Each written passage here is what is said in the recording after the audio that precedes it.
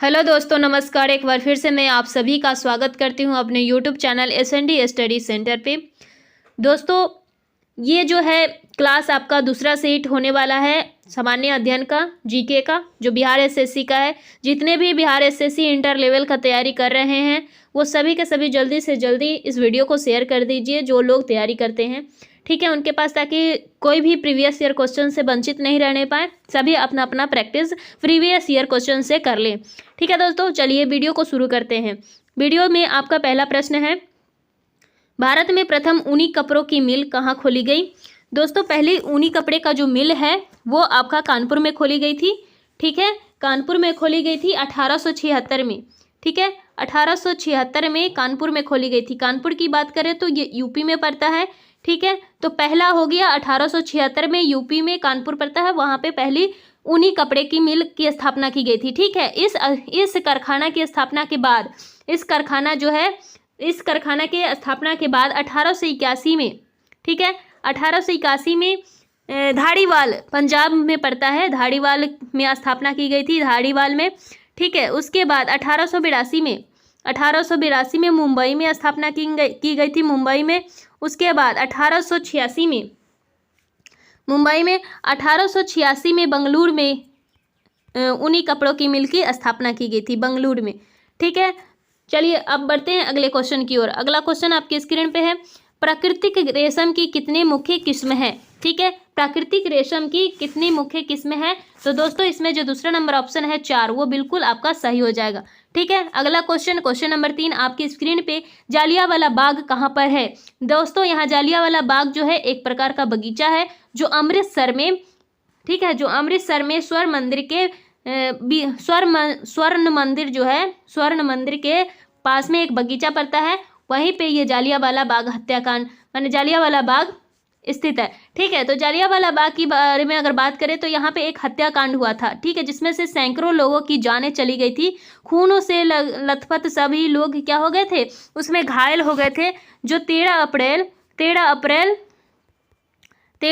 1919 में यह जो है हत्याकांड हुआ था, ठीक है। 1919 में जालियांवाला बाग हत्याकांड हुआ था। चलिए अगले क्वेश्चन की ओर चलते हैं। अगला क्वेश्चन आपके स्क्रीन पे, तमिलनाडु में पाई जाने वाली मुख्य जनजाति है कौन है। इसमें जो तमिलनाडु में पाई जाने वाली मुख्य जनजाति है, जो आपका पहला नंबर ऑप्शन है जो है इरूला, ये बिल्कुल सही हो जाएगा, ठीक है। अगर इरूला की बात करें तो वर्तमान समय में लगभग 2000 प्लस जनसंख्या इसकी हो चुकी है, ठीक है। इसको कालबेलिया के नाम से भी जाना जाता है। इस इरूला जनजाति को भारत के कई अन्य जगहों पर कालबेलिया भी बोला जाता है, ठीक है, कालबेलिया भी बोला जाता है, ठीक है। चलिए अब यहाँ पे बात करते हैं अगले क्वेश्चन की ओर। अगला क्वेश्चन है आपका 5 नंबर क्वेश्चन आपके स्क्रीन पे, जारवा जनजाति कहाँ पाई जाती है, ठीक है। जारवा जनजाति जो है अंडमान में पाई जाती है, ठीक है। इसकी जो वर्तमान अगर अनुमानित जनसंख्या की बात करें तो 250 से लेके 400 तक है, ठीक है, 250 से लेके 400 तक इसकी जनसंख्या जो है, ठीक है। भारत में इसको जो है जारवा जनजाति को एक आदिवासी जनजाति के रूप में इसको मान्यता प्रदान की गई है, ठीक है। अगला क्वेश्चन आपकी स्क्रीन पे कि भारत का सर्वप्रथम वन्य जीव संरक्षण परियोजना का नाम है, मतलब नाम था, क्या था। भारत में सर्वप्रथम वन्य जीव संरक्षण परियोजना, तो वो कौन है, हंगुल जो है वो वन्य जीव संरक्षण परियोजना है, ये सर्वप्रथम वन्य जीव संरक्षण परियोजना है, ठीक है। ये कब ये किया गया था, तो 1970 में, ठीक है, 1970 में इसकी स्थापना की गई थी, ठीक है। और यूरोपीय रेनडियर प्रजाति का एक लाल हिरण का एक नस्ल है, ठीक है। ये जो हंगुल है ये क्या है, ये यूरोपीय रेनडियर प्रजाति का लाल हिरण का एक किस्म है। किसका, लाल हिरण का एक किस्म है, ठीक है। जो कहाँ पे, इसका जो है ये कहाँ पे आपको मिलेगा, तो जम्मू कश्मीर में एक राष्ट्रीय उद्यान है जिसका नाम है दाची गाम, जिसका नाम क्या है, दाची, है ना, दाची गाम। ये एक राष्ट्रीय उद्यान है जम्मू कश्मीर में, वहीं पे आपको लाल हिरण का ये जो किस्म है हंगुल, वो आपको देखने को मिलेगा, ठीक है। चलिए अगला क्वेश्चन आपके स्क्रीन पे है कि नीति आयोग का प्रारंभ कब हुआ था। तो दोस्तों 1 जनवरी 2015 को नीति आयोग का जो है प्रारंभ किया गया था। नीति का जो फुल फॉर्म की अगर बात करें नीति की, तो नीति का फुल फॉर्म होता है national institute transforming of India. ठीक है, national institute for transforming India. ठीक है, इसकी जो नीति आयोग का जो अध्यक्ष होता है प्रधानमंत्री होता है। ठीक है, नीति आयोग का अध्यक्ष प्रधानमंत्री होता है। और ये जो है पहले इस आयोग को योजना आयोग कहा जाता था। ठीक है, इस आयोग का जो नाम था क्या था, योजना आयोग नाम था। ठीक है, और इसका जो है अध्यक्ष जो है, इसकी जो शुरुआत है परिवर्तन किया गया वो भारत के प्रधानमंत्री नरेंद्र मोदी जी के द्वारा योजना आयोग को बदल के नीति आयोग किया गया था 1 जनवरी 2015 को। ठीक है दोस्तों, चलिए अगले क्वेश्चन की ओर बढ़ते हैं। अगला क्वेश्चन आपकी स्क्रीन पे है कि पवनार आश्रम के संस्थापक कौन थे। तो पवनार आश्रम के संस्थापक जो है वो विनोबा भावे हैं। ठीक है, विनोबा भावे थे, जो कब इनकी स्थापना किए थे। ठीक है, विनोबा भावे जो है पवनार आश्रम की स्थापना 1934 में किए थे। कब, 1934 में किए थे। ठीक है, और इसी आश्रम से पवनार आश्रम से ही भू आंदोलन, ठीक है, भू आंदोलन और भारत छोड़ो आंदोलन की शुरुआत की गई थी। भारत छोड़ो आंदोलन और भू आंदोलन, भारत छोड़ो आंदोलन और भू आंदोलन की शुरुआत जो है पवनार आश्रम से ही किया गया था। ठीक है, चलिए अगला क्वेश्चन आपके स्क्रीन पे है, जम्मू और कश्मीर की शासकीय भाषा कौन सी है। तो शासकीय भाषा जम्मू और कश्मीर की उर्दू है। ठीक है, अगला क्वेश्चन आपके स्क्रीन पे है, जापान की संसद कहलाती है। तो जापान की संसद जो है वो क्या कहलाती है। तो दोस्तों ये जो डायट है ये जापान की संसद कहलाती है। ठीक है, अगर इस संसद की बात करें तो ये द्विसदनीय विधान पालिका होती है। ठीक है, ये जो है संसद ये द्विसदनीय विधान पालिका होती है। ठीक है, इसके निचले सदन को प्रतिनिधि सभा बोलते हैं। क्या बोलते हैं, प्रतिनिधि। ठीक है, प्रतिनिधि सभा बोलते हैं, प्रतिनिधि सभा बोलते हैं इसके निचली सदन को। ठीक है, और उसके उच्च सदन को बोलते हैं पार्षद सभा, है ना, इसके उच्च सदन को बोलते हैं पार्षद सभा। ठीक है, चलिए अगले क्वेश्चन की ओर बढ़ते हैं। अगला क्वेश्चन आपके स्क्रीन पे है 11 नंबर क्वेश्चन के, रियाल मुद्रा है किस देश की, किस देश के जो है मुद्रा रियाल है।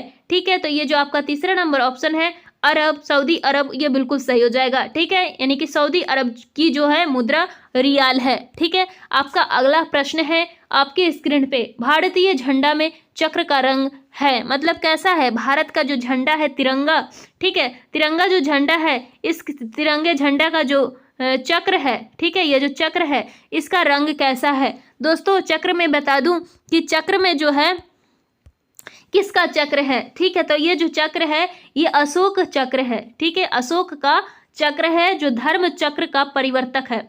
ठीक है, प्रतीक है धर्म चक्र का जो क्या है, धर्म चक्र का प्रतीक है कौन, अशोक चक्र। ठीक है, अशोक चक्र जो है, ये जो तिरंगा में आपका चक्र लगा हुआ रहता है ये है अशोक चक्र। ठीक है, और ये जो अशोक चक्र है ये धर्म चक्र का प्रतीक है। इसमें 24 तिल्लियां होती है। ठीक है, और ये जो 24 तिल्लियां होती है मनुष्य के 24 गुणों को दर्शाती है। ठीक है, इसका रंग की बात करें तो ये नीला रंग का होता है। ठीक है, चलिए अगले प्रश्न की ओर चलते हैं। अगला प्रश्न आपके स्क्रीन पे 13 नंबर प्रश्न है कि वंदे मातरम का अंग्रेजी में अनुवाद किसने किया था। ठीक है, वंदे मातरम का जो है अंग्रेजी में अनुवाद अरविंदो घोष ने किया था। ठीक है, तीसरा नंबर ऑप्शन आपका बिल्कुल सही हो जाएगा, अरविंदो घोष ने किया था। ठीक है, अगला प्रश्न है आपके स्क्रीन पे 14 नंबर क्वेश्चन, सत्यमेव जयते कहाँ से लिया गया है। ठीक है, सत्यमेव जयते कहाँ से लिया गया है। देखिए सबसे पहले यहाँ पे सत्यमेव जयते का मतलब होता है सत्य की विजय। क्या होता है मतलब, सत्य की विजय। ठीक है, सत्य की विजय, सत्यमेव जयते का मतलब होता है सत्य की विजय, और इसका अर्थ होता है, ठीक है, और भारत का राष्ट्रीय आदर्श वाक्य है। ये जो सत्यमेव जयते है ये भारत का राष्ट्रीय आदर्श, ठीक है, आदर्श वाक्य है। ठीक है, आदर्श वाक्य है, और ये जो है मुंडक उपनिषद से लिया गया है। ये जो है वाक्य कहाँ से लिया गया है, ये मुंडक उपनिषद से लिया गया है। ठीक है, चलिए अगले प्रश्न की ओर चलते हैं। अगला प्रश्न आपके स्क्रीन पे 15, किसका उपनाम द वॉल है ना। द वॉल किसका, द वॉल का मतलब होता है दीवार, द वॉल का मतलब क्या होता है, दीवार, वॉल का मतलब होता है दीवार। ठीक है, तो दीवार की तरह जो इसमें से किसका नाम है। ठीक है, तो हमारे भारतीय खिलाड़ी, भारतीय क्रिकेटर राहुल द्रविड़ को उपनाम दिया गया है दीवार यानी कि द वॉल। ठीक है दोस्तों, चलिए अगले क्वेश्चन की ओर बढ़ते हैं। अगला क्वेश्चन आपकी स्क्रीन पे, रेड क्रॉस का मुख्यालय कहाँ है? रेड क्रॉस का मुख्यालय जो है स्विट्जरलैंड है। ठीक है, रेड क्रॉस का मुख्यालय जो है वो कहाँ है? स्विट्जरलैंड है। ठीक है, रेड क्रॉस का दूसरा नाम यानी कि अन्य नाम अंतर्राष्ट्रीय रेड क्रॉस और क्रेसेंट मूवमेंट भी है। ठीक है, चलिए अगले क्वेश्चन की ओर चलते हैं। अगला 17 नंबर क्वेश्चन आपके स्क्रीन पे कि आनंद मठ के लेखक थे। आनंद मठ के जो लेखक थे वो कौन थे? तो बंकिम चंद्र चट्टोपाध्याय थे। ठीक है, दूसरा नंबर इसमें जो है आपका बिल्कुल सही हो जाएगा, बंकिम चंद्र चट्टोपाध्याय। ठीक है, आनंद मठ जो है एक बंगला भाषा का उपन्यास है, एक उपन्यास है। ठीक है, उपन्यास है, क्या है ये? एक उपन्यास है आनंद मठ।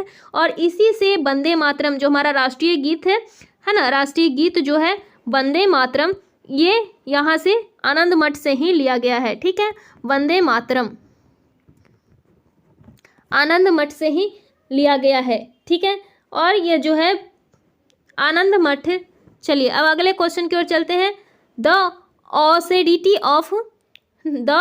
ऑडेसिटी ऑफ होप किसने लिखी? ठीक है, द ऑडेसिटी ऑफ होप किसने लिखी? एक बुक है। ठीक है, तो ये जो है बराक ओबामा ने लिखी है। ठीक है, ये जो है क्या है? ये तीसरा नंबर जो ऑप्शन है वो आपका बिल्कुल सही हो जाएगा, बराक ओबामा ने लिखी है। ठीक, शहीदी दिवस कब मनाया जाता है? तो दोस्तों 23 मार्च को शहीदी दिवस मनाया जाता है, शहीद दिवस मनाया जाता है। ठीक है, अगर हर वर्ष शहीद दिवस 23 मार्च को मनाया जाता है। अगर शहीद दिवस के बारे में बात करें तो 1931 ईस्वी में ब्रिटिश सरकार ने भगत सिंह सुखदेव, कब? 1931 ईस्वी में। ठीक है, 1931 ईस्वी में ब्रिटिश सरकार ने भगत सिंह, सुखदेव और राजगुरु, इन तीनों को क्या कर दिया था? फांसी दे दिया था। ठीक है, और 30 जनवरी को भारत में शहीद दिवस मनाया जाता है। ठीक है, भारत में शहीद दिवस मनाया जाता है। और इसी दिन 1948 में, ठीक है, 1948 में महात्मा गांधी, राष्ट्रपिता महात्मा गांधी की हत्या कर दी जाती है नई दिल्ली में। ठीक है, चलिए अगले क्वेश्चन की ओर चलते हैं। अगला क्वेश्चन आपके स्क्रीन पे है कि पंचतंत्र किसने लिखे थे? तो पंचतंत्र की जो रचना है वो विष्णु शर्मा ने किए थे। ठीक है, पंचतंत्र किसने? तो विष्णु शर्मा लिखे हैं। ठीक है, चलिए अगला क्वेश्चन आपके स्क्रीन पे कि भारत का सबसे बड़ा संग्रहालय कहाँ पर है? भारत का जो है सबसे बड़ा संग्रहालय जो है वो कहाँ पर है? ठीक है, तो सबसे बड़ा संग्रहालय जो है कोलकाता में है। ठीक है, कोलकाता में, जिसकी स्थापना है 1814 ईस्वी में किया गया था इसे, और यह एशिया का सबसे पुराना संग्रहालय है।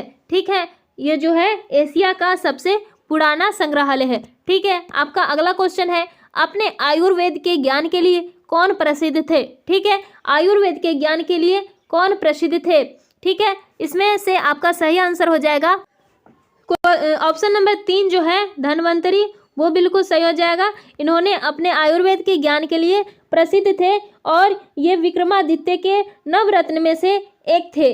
ठीक है, धन्वंतरी जो है महान शल्य चिकित्सक और आयुर्वेदाचार्य थे। ठीक है, चलिए अगले क्वेश्चन की ओर बढ़ते हैं। अगला क्वेश्चन है आपके स्क्रीन पे, आईपीएल यानी कि क्रिकेट का आरंभ कब हुआ था? ठीक है, आईपीएल यानी कि इंडियन प्रीमियर लीग, आईपीएल का मतलब होता है इंडियन प्रीमियर लीग, भारतीय क्रिकेटर, इसका जो है आरंभ कब हुआ था? इसमें जो है आपका तीसरा नंबर ऑप्शन है ना 2008, ये आपका बिल्कुल सही हो जाएगा।